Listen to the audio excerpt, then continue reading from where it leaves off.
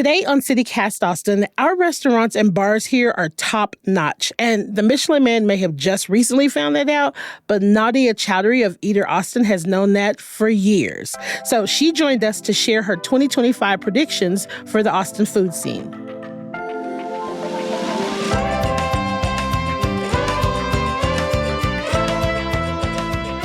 It's Thursday, January 9th. I'm Nikki Devon, and this is what Austin's talking about.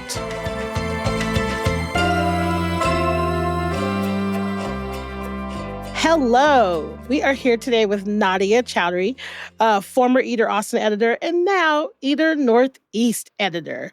Oh, Nadia, it's so sad. Hi, how are you? I'm good. How are you, Nikki? I'm great. I have to get this out of the way. I mean, my feelings about you leaving. I understand that it's a must and you have to do what you have to do, but I feel like Austin is definitely going to have a hole with you gone, for real. I'm really sad, but Austin is still, it is. I think I told my one of the Eater Texas editors, Austin's still my city. It's like that's never gonna go away. See, I love that. And I'll keep my eye on it no matter what and make I sure love that. that there's some coverage, good coverage, important coverage that is being done. That's what I'm talking about. That's what I'm talking about. So we're looking into your crystal ball today because you've been so on top of trends, new restaurants, the whole scene these past 10 years at Eater Austin. 10 years. 10 years. Child, 10 years, that is a long time. So we want to hear your predictions for Austin's food scene in 2025. Okay, let's go for it. Okay, so we got gourmet donuts, fancy barbecue. We got robots serving food. What do you think the top food trend is that will take off here in town? Oh boy, it's an interesting thing to think about too, where like it's a lot of, especially like looking at coverage across the country and like what ends up hitting here. Like going like smash burgers was a thing in Austin, but now it's like become a thing across the whole country. I personally like my like what would be really cool is that duck as a smoked and barbecued meat would become more prevalent because I've been noticing places that Ooh. having duck on their menu more recently. Yeah. And if we can embrace duck meat, I think that would be really cool. That would be my like my selfish trend ideal, honestly. I mean, I think that that's for all of us. Right? I don't think that's selfish at all. I think it's for all of us because it's Yeah. delicious. It's delicious. And I think it's different. And like, I mean, smoked duck meat sounds amazing to me, right? Like, and we are Texas, we do smoke stuff well. So why not? That sounds delicious. I've never had it, but it sounds like Yeah. it's something that I would eat a lot of. Yeah. Maybe too much of. There is the name is Parish Barbecue. He had been doing his own pop-ups, but he should be opening up his new food truck. Hopefully, knock on wood, this January or at least early 2005. Parked at Batch, if I remember correctly off the top of my head. Oh, snap. And I know that he's been playing around with duck and stuff. I don't know if it'll be on the permanent menu, but like that's something to keep an eye on. Parish. Like it, Mhm. into it. Yeah. So, what about the end of trends? Are there any food trends that you think we should just like get rid of? Like, okay, that's enough. We get it. I mean, we need to stop with the omakases. There are like to be fair, we have like very fantastic locally grown local chefs doing omakases. Like those are not the or like you know independently owned. I think I'm ready for omakases from other cities and other states coming into Austin doing like we don't need that. I'm in agreement. Also, I'm going to catch flack for this, but I'm tired of everybody trying to do birria. Like it's so specialized, and if you don't know what you're doing, just It's a soup. stay out of that lane. Just I agree. everybody can't do it, but everybody's trying to do it. It's that, and then also like my general. I know, like I wrote about it. Eater, we always do a thing called Year in Eater, where we sort of like look back at the year that happened, and we always do a specific thing on trends, the good and the bad. I am sort of sick of restaurants opening without any sort of strong point of view, and restaurants that are just like sort of doing an everything everywhere all at once approach because it's just boring. And like I can understand the like other side of it where they're just trying to appeal to a grander audience, but also the grander audience is smart. They want to like we got to challenge diners, right? Like it's okay to like if you want to do a birria place, be just a birria place. Just that. So you don't have to have birria and smash burgers and nigiri and guacamole. Like Yeah. point of view, I think lean into a point of view. It's nice Pick something and do it well. and do it well. Like if for Don't me do a like bunch of things. Okay. exactly. Like I want to be able to write about you in a headline, and if I don't know what to write about you in a headline that's like appealing to other people aren't going to necessarily care. Does that make sense? Okay, so now you're just giving away free advice. You're just giving you're just giving away free business advice at this point. Because I mean, that's real. Like if Yeah. I don't want to write about you, nobody's going to write about you. That's Yeah, just a real if I'm statement. struggling with the headline, it's not a good thing. This is why you're here. This is why you're here. So, okay, we've had our share of local restaurants like blow up on the national scene Hmm. recently. Nixta, Barb's BQ, Comadre Panderia, which I still haven't been to. Oh, Mariella is such a wizard. She's a wizard. Oh my God, I need to go. What do you think is going to be next? Who do you think is going to be next? This is like I can humble brag, maybe. Absolutely, you can. I would predict like because there is a through line of like eater coverage to Michelin and James Beard and New York Times coverage, et cetera, et cetera. So like I hope our Eater Awards, honestly, like the people who have won our Eater Awards, I hope they get Yeah. really fantastic recognition in a way that is manageable for them. Because I know Comadre right now is like going through because they were on that New York Times bakery feature. Hmm. There's a lot of people going there, so be kind to these places. They're not used to this volume. They'll sell out of stuff.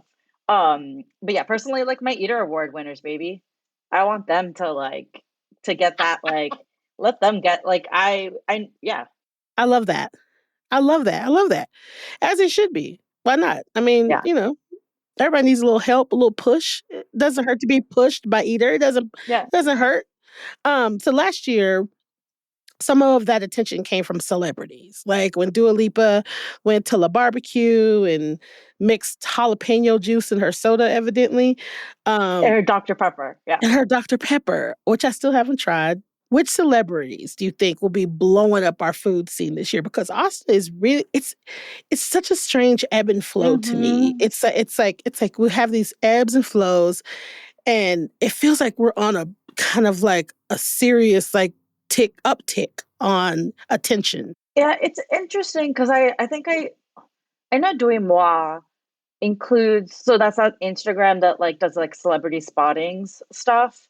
And I know like Austin is often on it. And I found that most of the celebrities that do live in Austin tend to go to the same places over and over again. But I know with Dua Lipa, at least, like she is very, she has her own newsletter and like little media company called Service 95, where she's like actually passionate about restaurants and dining out and like also books and stuff like that. Like so for for of all people, it made sense that Dua Lipa would be the one going to like locally independently owned restaurants and stuff like that. I think Glenn Powell is going to school again. Yeah, he's back in school here and he's a huge, huge deal. Everybody is all about Glenn Powell. Yeah. Right. Yeah. Like, so, like, if he goes to, like, that could be cool. Like, because that would just be a little, like, again, going back to, like, what we were talking about before, a little nice boost for, like, local celebrities or local restaurants and businesses and stuff like that.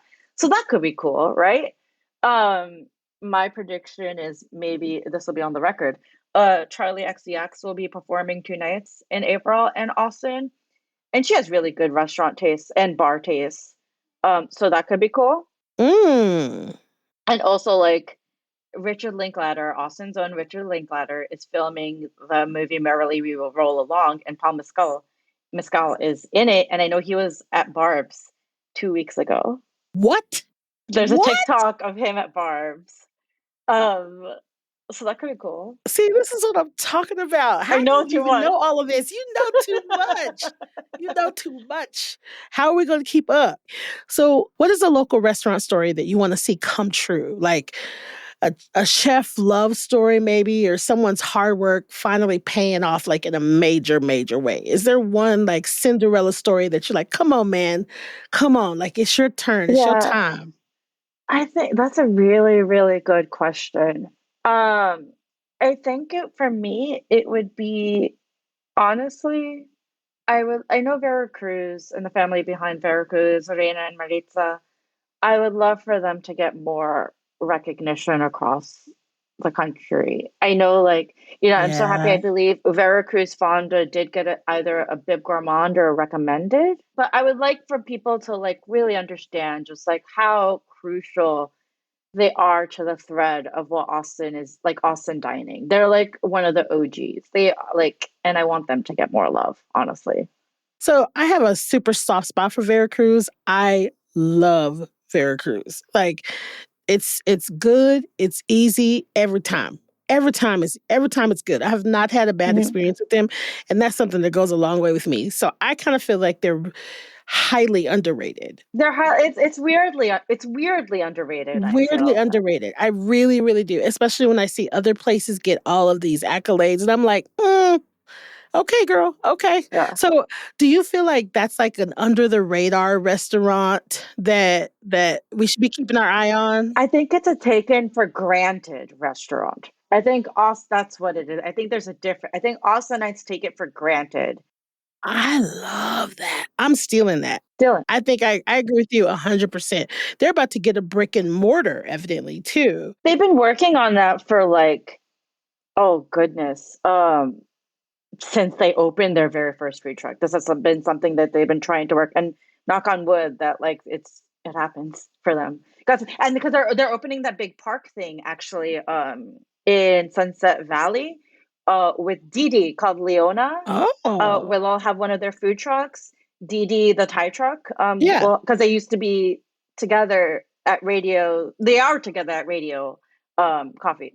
And they're gonna like tag another third food truck party, and it's gonna be like a park and like all like I love that. yeah, that's supposed to open this year. So that's what they're working. That's like the major thing they're working on now.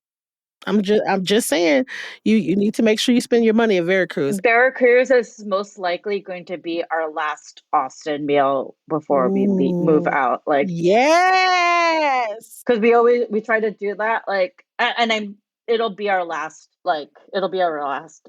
meal. You know I was gonna ask you that. You already asked. I love that. That's a big deal, It's Nadia. a big That's a deal. that's y'all's last meal. That is a huge nod. That's a Yeah. huge nod. Okay, so along those lines, what under the radar, like either it could be restaurant chef, restaurant group. Who do you think we should be keeping our eye on for 2025?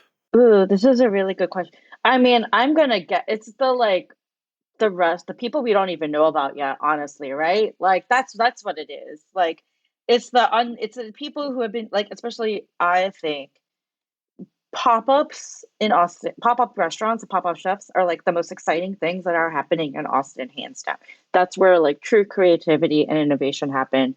Those are the people we should be supporting. If you see something that sounds interesting, go to it, support them. More likely than not, obviously talk to them. They probably do have dreams of opening a restaurant, but then it's the whole money and finances and rent and shit. What's so funny is that the city of Austin has a program where they have all of these empty buildings that they own downtown. They have this program where for 60 days or something like that, they'll let you operate your restaurant out of their commercial sized kitchen or whatever rent free to try to get you started. I didn't realize that. Yeah, but after that 30 or 60 days, it's kind of like, okay, little birdie, you have to What do you fly do? off. Yeah. You know what I Wow. mean? Like, and I love, I wish that they advertised it more. I didn't know about it. Because to your point, then it would give these small businesses access to a commercial kitchen and foot traffic and all these other kind of things. Getting your name, like that's what it is. So people awareness. I think Like, that's the whole point. yeah.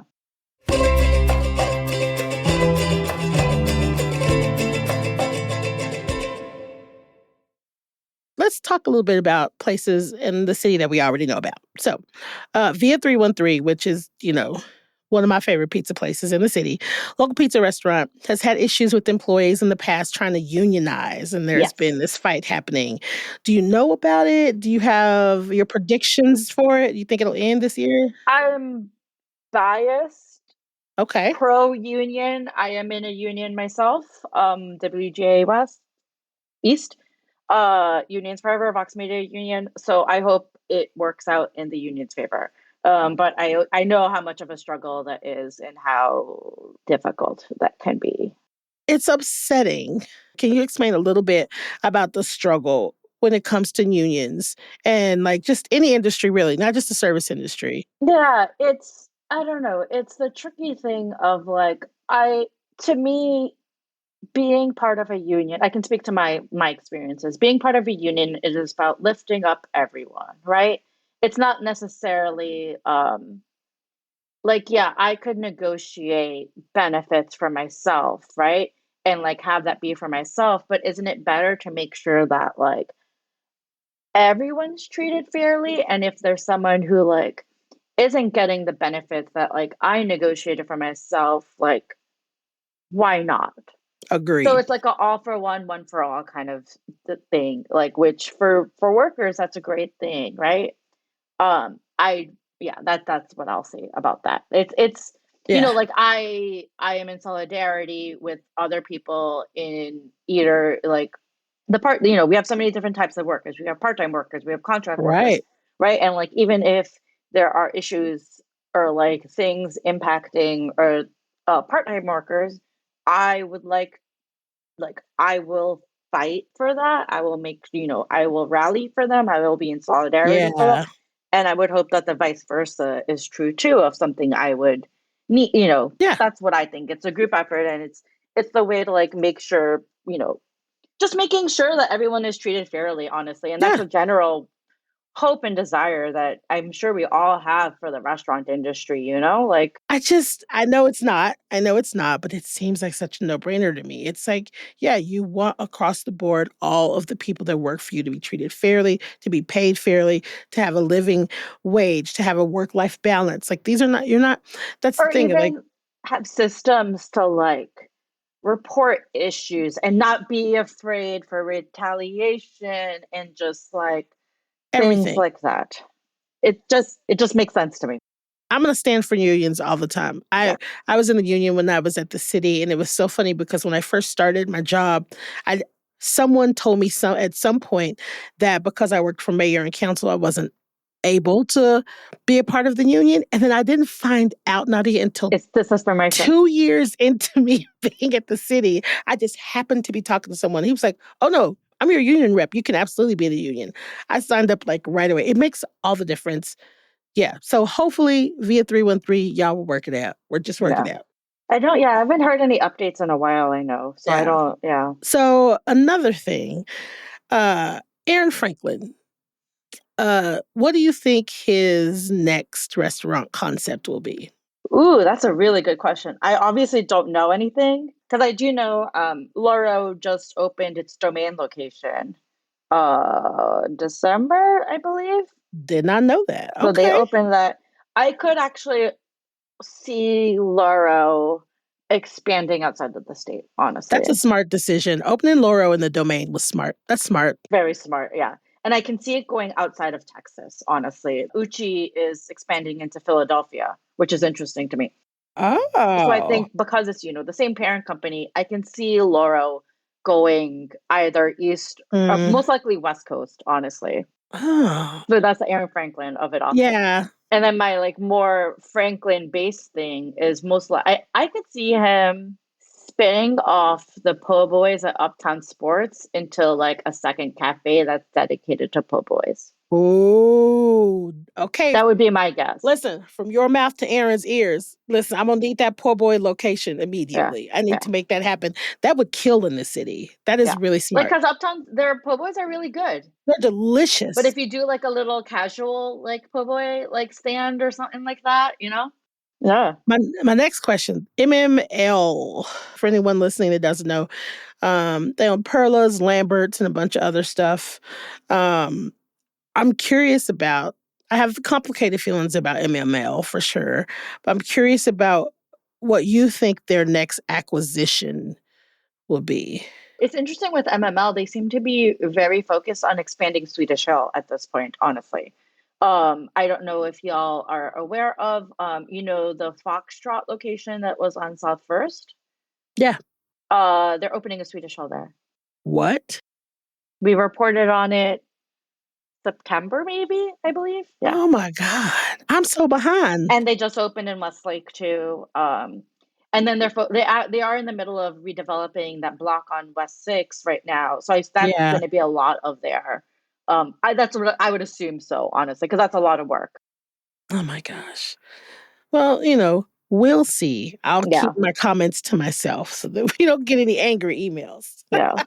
So, what local restaurant or establishment do you think Austinites are gonna be s called to save from demolition or going out of business this year? I know. Oh my gosh, I don't even. That's a whole. I would look at the list of classic restaurants and see who's in.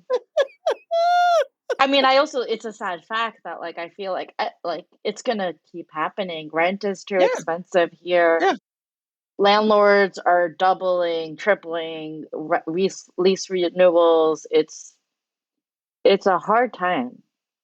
It's not easy. It's not easy. Which on that end, it makes me sad and worried about just the creativity core of Austin. If only people who can afford investors or restaurant groups. I know if like it would be sad if Austin just becomes a city where out of town right. corporations and moneyed people are opening restaurants, or just Texas groups are just continuing to open new and new restaurants. But Yeah. no, like again, support your independently owned restaurants. They do good work. That's a sad thing. Also, I've said this before too on here many, many times. If there is no diversity in your restaurants, in your art, if there's no diversity in your city, then there's just no hope, in my opinion, for any kind of real growth. Like No, yeah. you can get commercial bullshit growth where all of the houses and the buildings look the same. Sure, you can do that and everything will be super bland, and that's great. But if you want like a cultural, diverse, truly growing city, you're going to have to there's got to be some sort of difference in what we're seeing around the city. And so like to your point, if it's all about the same type of people, because the issue with that is that people that have money tend to seem to have the same taste. And that goes back to my earlier point of that general pan everything approach, which is like Yeah. disappointing, I think Yeah. personally. Yeah. I want something weird.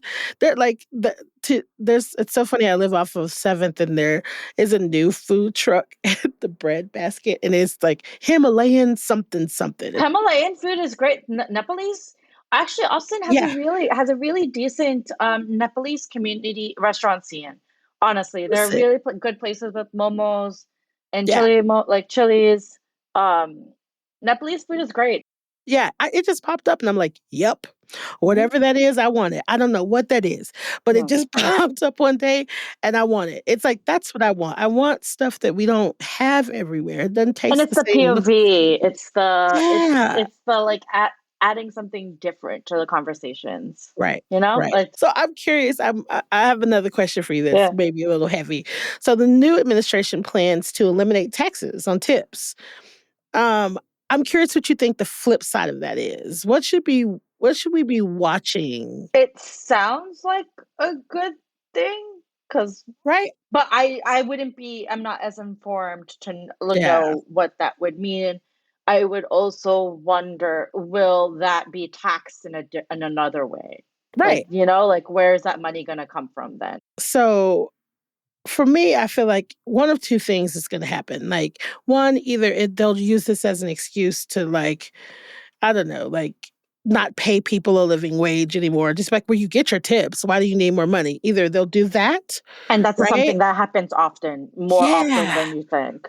Or on the flip side, the good thing is that maybe, you know, tips be a thing of the past. And it could be more along the lines of like people just being paid a living wage. And if they are tipped, great. But Yeah. we stray away from this idea that, not idea, we stray away from the reality that people cannot live without their tips. Yeah. So that's kind of how I've been looking at it. I'm like, it could be one of the two of those things. Do you mind me asking then how you feel about when restaurants have those service fees for like the add-ons, like for to pay the Right. living wages for their workers? How do you feel about that? I'm biased. I love it. Yeah. I'm biased. I love it because former service industry person though. So I will say that I love it. If especially since it's like out there, out front, you don't have to, you're not reliant upon a person's bad day, or if you forgot to, if you make the tiniest mistake, or you just, it leaves too much left to people's own shit when you start Agree. talking about tips. And so this idea that's like, hey, off top, this is what we do. It's so that people can make a living wage. I love it. I love it. And I still tip on top of it. I love it. I do too. Like I try to be a 30% tipper. Yeah. And I've also found that in service, like I've also found that, when I'm with people that have questions about it, servers are more than happy to answer because some people are like, okay, so does this go to you or not? Or does this go to back staff, like kitchen staff? You know what I mean? Like, I mean, you've seen how many there are businesses that keep the tips for themselves or misappropriation of divvying it out, and that sucks. Yeah. mhm. Yeah. So Yeah, those are fair yeah. questions, and I understand that. Yeah. Yeah. Listen, y'all, being a server is hard. I was a good bartender. I was a terrible server. Terrible, terrible. You I messed up tried. all the I tried. It was awful. I was terrible at it. So, okay. I'm curious if there's anything that you want to share, any predictions for our scene that you want to share and have them on the record just in case any of it comes true. Or it's not even predictions, it's like hopes and dreams. I'm into it. I want to hear it.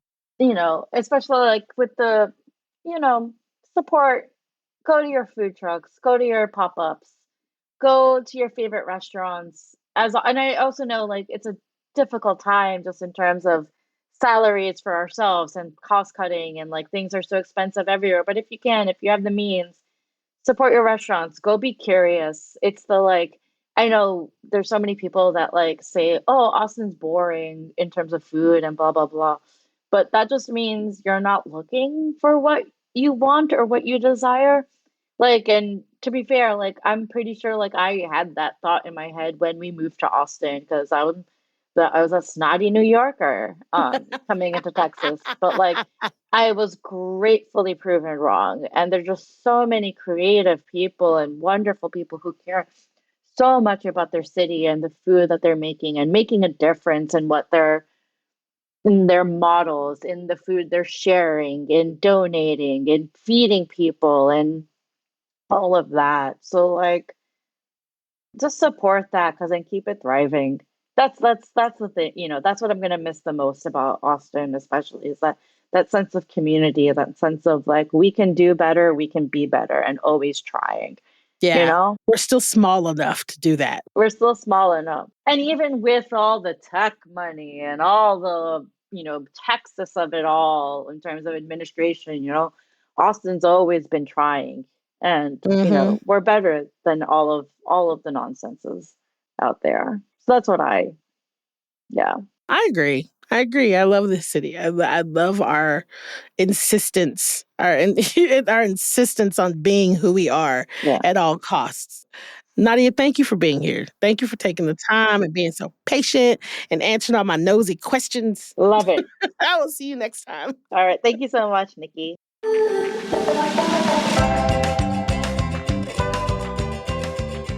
That's all for today here on CityCast Austin. You can find links to Nadia's social media in our show notes. If you enjoyed the show, why not tell a friend, rate the show, leave us a review, and subscribe to our Hey Austin newsletter. We'll be back tomorrow morning with more news from around the city. Bye, y'all.